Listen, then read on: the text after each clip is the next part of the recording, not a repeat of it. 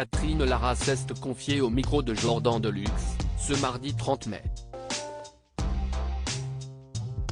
Elle a notamment révélé quelle chanson lui a rapporté le plus d'argent durant sa carrière. Catherine Lara compte parmi les plus grandes chanteuses et musiciennes françaises.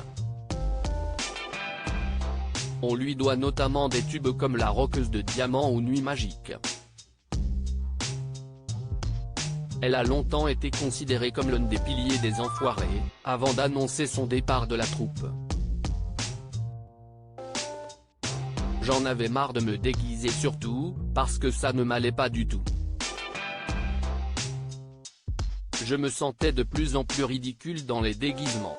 Déguisée en sucette ou je ne sais pas quoi.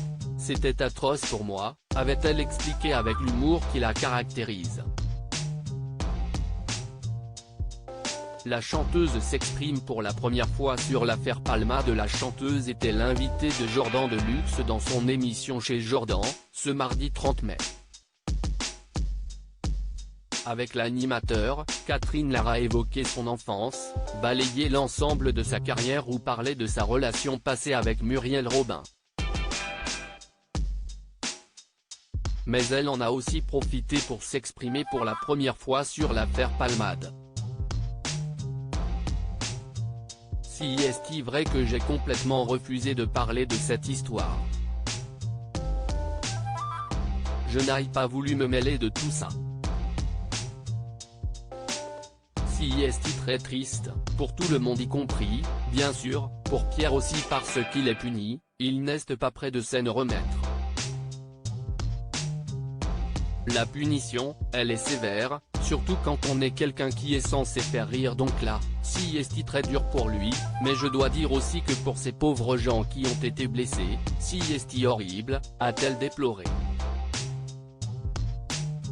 Catherine Lara révèle quelle chanson lui a rapporté le banco. Interrogée sur le succès qui lui a rapporté le plus d'argent, le banco de sa carrière, Catherine Lara a fait une confidence déroutante. Banco, banco ?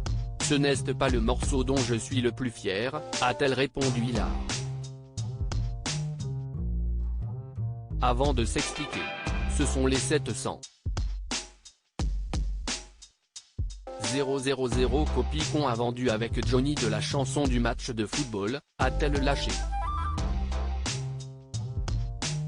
Catherine Lara a en effet composé Tous ensemble, l'hymne des Bleus pour la Coupe du Monde 2002. Et ce tube est bien loin de leur avoir porté chance.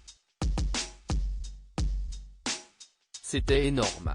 Sans un but, parce que cette année-là, il n'y a pas eu de but, a-t-elle ajouté.